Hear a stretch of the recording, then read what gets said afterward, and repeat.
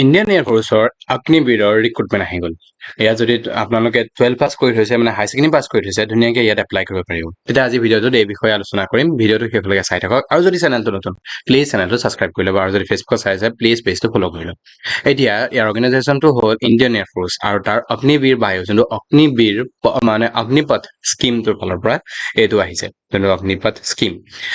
তাৰপিছত ইয়াত আপোনালোকৰ পোষ্টটো কিমান আছে বৰ্তমানলৈকে কোৱা নাই, কিন্তু তথাপি কোৱালিফিকেশ্যন কিমান লাগিব? কোৱালিফিকেশ্যন লাগিব 12 পাছ, 10+2 মানে 12 পাছ। তাৰপিছত এজ লিমিট কি আছে? আপোনালোকৰ জন্ম হ'ব লাগিব 1 জুলাই 2005-ৰ পৰা 1 জানুৱাৰী 2010-ৰ ভিতৰত। হয়, 1 জুলাই 2005-ৰ পৰা 1 জানুৱাৰী 2010-ৰ ভিতৰত জন্ম হ'ব লাগিব। তেওঁলোকে ধুনীয়াকৈ ইয়াত এপ্লাই কৰিব পাৰিব আৰু এপ্লাই কৰোঁতে পইচা দিব লাগিব 550 টকা প্লাছ GST। মানে আপোনালোকৰ 550 টকা প্লাছ GST, হয়তো 600 টকাৰ ওচৰা-ওচৰি আপোনালোকৰ পে'মেণ্ট হ'ব।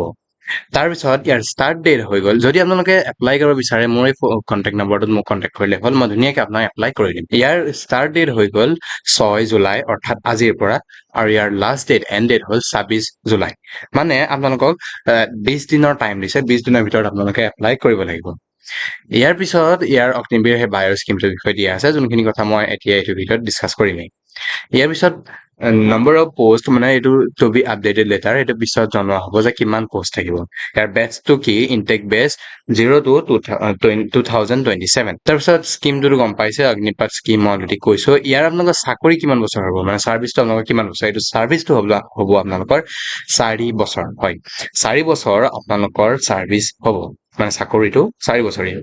ইয়াৰ পিছত ডিপাৰ্টমেণ্টটোতো কোৱা হ'ল এইখিনি, তথাপিও ডেট অফ লঞ্চ স্কিমটো কেতিয়া লঞ্চ হৈছিলে? এইটো 2022 14 জুন 2000। এইটো জব লোকেশ্যনটো অল ইণ্ডিয়াৰ ভিতৰত আপোনালোকৰ হ'ব আৰু অনলাইন এপ্লাই কৰিবৰ কাৰণে এইটো যিহেতু এপ্লাইটো অনলাইন হ'ব আৰু আপোনালোকে যদি নিজে নোৱাৰে মোক কণ্টেক্ট কৰিলে হ'ল, মই আপোনালোকে ধুনীয়াকৈ এপ্লাই কৰি দিম। ইয়াৰ এলিজিবিলিটি ক্ৰাইটেৰিয়া কি আছে? এলিজিবিলিটি ক্ৰাইটেৰিয়া প্ৰথমতে হ'ল আপোনাৰ ডেটটো দিয়া আছে যে আপোনালোক যোনে এপ্লাই কৰিম বুলি ভাবিছে 1 জুলাই 2005-ৰ পৰা 1 জানুৱাৰী 2010-ৰ ভিতৰত আপোনালোকৰ জন্ম হ'ব লাগিব। ইয়াৰ পিছত আহি গ'ল এডুকেশ্যনেল কোৱালিফিকেশ্যন। ইয়াত আপোনালোকক কি লাগিব? যদি ছায়েন্সৰ হয় তেন্তে candidate should have pass intermediate 10+2 বা equivalent examination with mathematics, physics and English. Year minimum 50% marks in aggregate and 50% marks in English. মানে কি কৈছে, যদি আপোনালোক ছায়েন্স বেকগ্ৰাউণ্ডৰ হয় তেতিয়াহ'লে আপোনালোকৰ 10+2 মানে হাই ছেকেণ্ডেৰীটো পাছ কৰিব লাগিবই। তাৰ লগত আপোনালোকৰ মেথামেটিক্স, ফিজিক্স আৰু ইংলিছ এই 3টা ছাবজেক্ট আপোনালোকৰ থাকিব লাগিব। তাৰ লগতে আপোনালোকৰ মাৰ্কছ মানে পাৰ্চেণ্টেজটো 12ৰ পাৰ্চেণ্টেজটো 50% বা তাতকৈ বেছি হ'ব লাগিব। মিনিমাম মানে 50% দিয়া আছে, আৰু আপোনালোকে ইংলিছত মিনিমাম 50 মাৰ্ক পাব লাগিব, মিনিমাম 50 বা তাতকৈ বেছি। Or pass 3 years in diploma course in engineering, তাত মানে mechanical, electrical, electronics, automobile, computer science, instrumentation technology আৰু ইনফৰমেশ্যন টেকনলজি। ইয়াত কি কৈছে যে আপোনালোকে মিনিমাম 3 বছৰীয়া ইঞ্জিনিয়াৰিং কোৰ্চ কৰিব লাগিব। তাত এইখিনি ছাবজেক্ট ইয়াৰ পৰা ইয়ালৈকে যোনখিনি মই পঢ়ি দিলোঁ, এই গোটেইখিনি ছাবজেক্টত আপোনালোক থাকিব লাগিব। গোটেইখিনিৰ ভিতৰত কোনোবা এটা থাকিবই লাগিব। ইঞ্জিনিয়াৰিং এইখিনি ছাবজেক্টৰ ভিতৰত কৰিব লাগিব। তাৰপিছত recognise polytechnic institute with 50% marks in aggregate and 50% marks in English.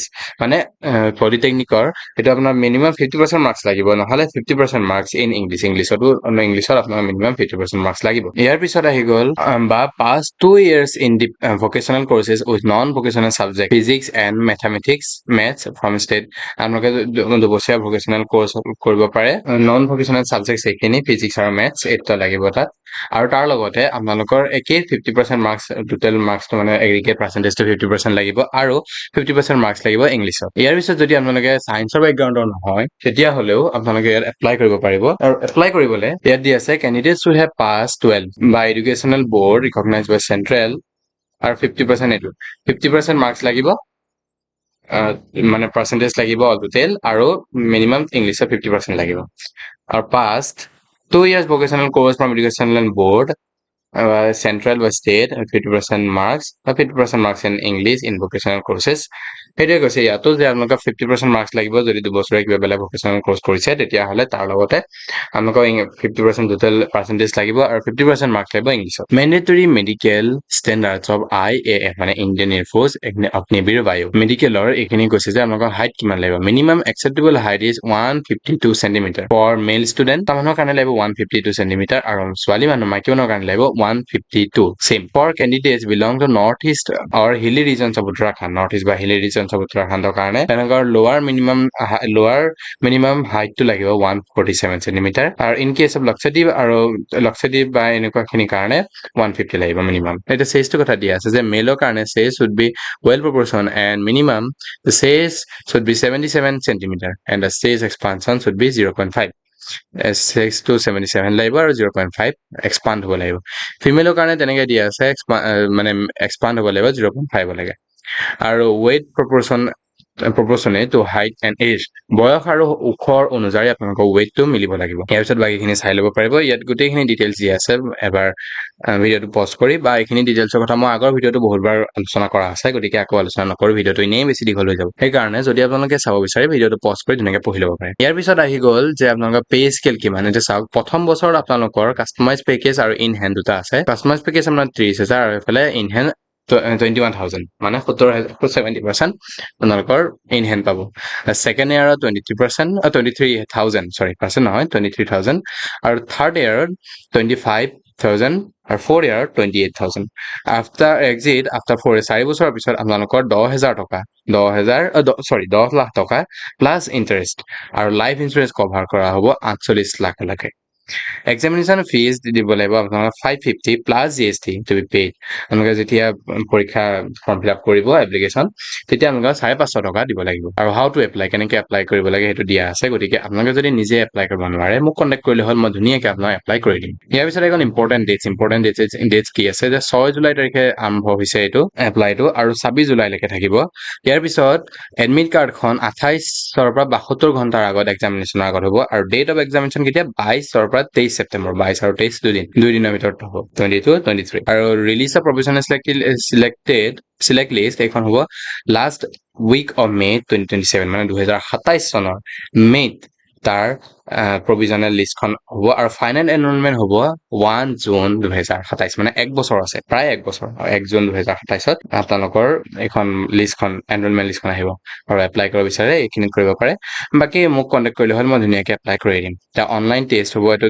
Objective type হ'ব আৰু তাৰ লগতে বাইলিংগুৱেল ইংলিছ আৰু হিন্দী দুটা লেংগুৱেজতে থাকিব আৰু ইয়াত 1 মাৰ্ক পাব শুদ্ধ প্ৰশ্ন উত্তৰ দিলে আৰু যদি ভুল কৰে 0.25 মাৰ্কছ কাটিব মানে 4টা ভুল কৰিলে 1 মাৰ্ক কটা যাব ইয়াৰ পিছত আহিব ছায়েন্স ছাবজেক্টছৰ কাৰণে ছায়েন্সৰ তেনেকৈ একেই অনলাইন হ'ব আৰু ডিউৰেশ্যন হ'ব 60 মিনিট আৰু চিলেবাছ কি থাকিব ইংলিছ ফিজিক্স মেথামেটিক্স এইখিনি থাকিব আৰু 12+2 মানে 10+2 মানে হাই ছেকেণ্ডেৰী লেভেলৰ চিলেবাছ ছায়েন্সৰ বাহিৰে যোনখিনি ষ্টুডেণ্টে দিব তেওঁলোকৰ কাৰণে হ'ব English as per 10+2 syllabus plus reasoning and general awareness তাৰ ওপৰত ৰিজনিং আৰু জেনেৰেল এৱাৰনেছ তাৰ ওপৰতে আপোনালোকৰ পৰীক্ষাখিনি হ'ব আৰু 45 মিনিটৰ পৰীক্ষা ইয়াৰ পিছত আৰু বহুত ছায়েন্স এণ্ড আদাৰ ছাবজেক্টছৰ কাৰণে কি থাকিব যে 85 মিনিটছত আকৌ এটা পৰীক্ষা হ'ব তাত চিলেবাছ কি থাকিব physics mathematics English as per 10+2 syllabus and reasoning and awareness তাৰো এটা হ'ব ফিজিকেল ফিটনেছৰ টেষ্ট তাৰো আছে যে আপোনালোকৰ টেষ্টটোত কি ৰানিঙৰ